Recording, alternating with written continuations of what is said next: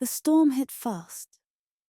One moment, Darren was watching reruns of Seinfeld with a lukewarm beer. The next, he was peering out through the blinds at a sky boiling black. The wind screamed against the siding like it was trying to peel the house open. Rain pommeled the windows in sheets. Thunder cracked like bones snapping overhead.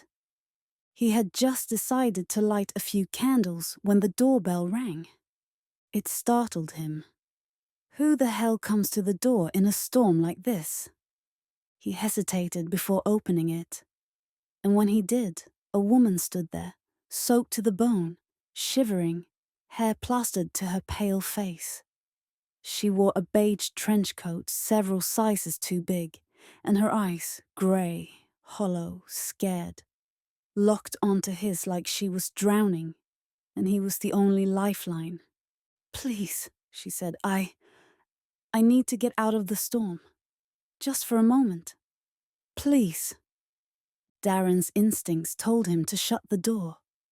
But she looked so pathetic, so wet, so desperate. He stepped aside. "Yeah, come in." Jesus. She stepped in slowly, dripping water onto the laminate floor, hands trembling. "Thank you," she whispered. He closed the door behind her. "Do you want a towel or something?"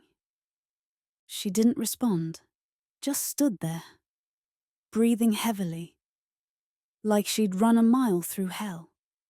"Okay," he said, backing toward the hallway closet.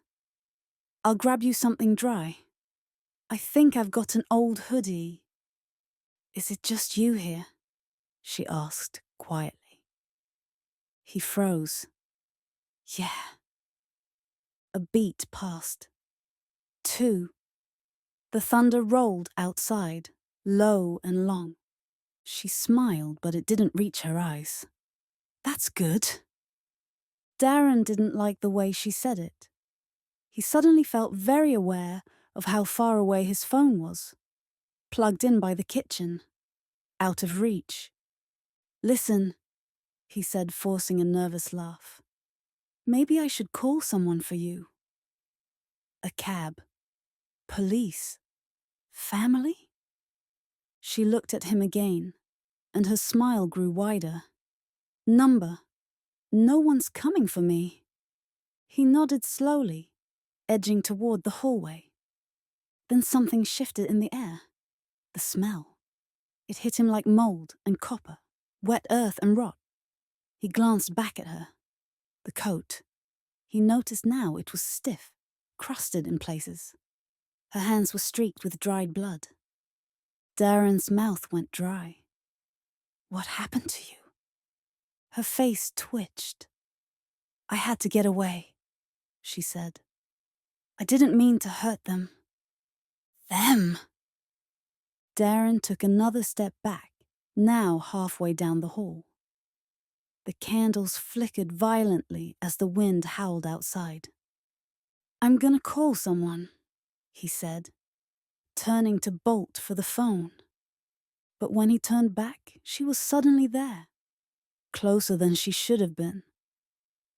Her soaked shoes made no sound. She was just there. He stumbled, fell against the wall. "Look, I don't want any trouble."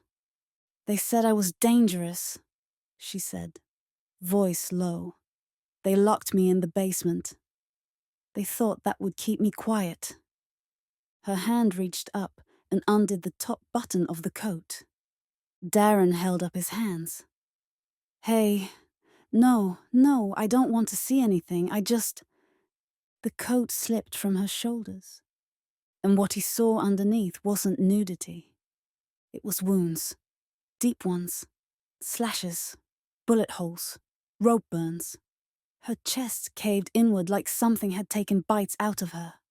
There was no way a person like that could be standing. "I shouldn't be alive," she whispered. Darren backed up into the wall. "Oh my God! Oh my God!" "I died in that house," she said. And then the storm came.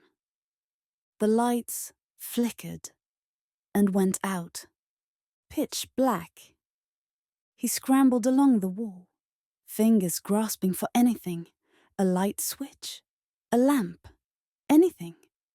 But when the lights came back on, the woman was gone. Gone. Only the coat remained, lying in a wet pile on the hardwood floor. Blood soaked through it, thick and fresh. Darren didn't sleep that night. He sat on the couch with every light in the house turned on, jumping at every creak and gust of wind. He called the police, but they found nothing. No trace of a woman in the storm. No footprints. No one missing in the area. Nothing. They told him maybe it was a hallucination. Storm stress. Maybe he fell asleep and dreamed it all. But Darren knew better. Because the next day he found something tucked beneath the couch cushion. A Polaroid photo. It was old and stained with water damage, but still visible. It showed a girl smiling in front of a house. His house, back when the siding was blue, before the porch was redone. Her hair was shorter. Her eyes still hollow. On the back, in shaky handwriting, it read, I'm still inside.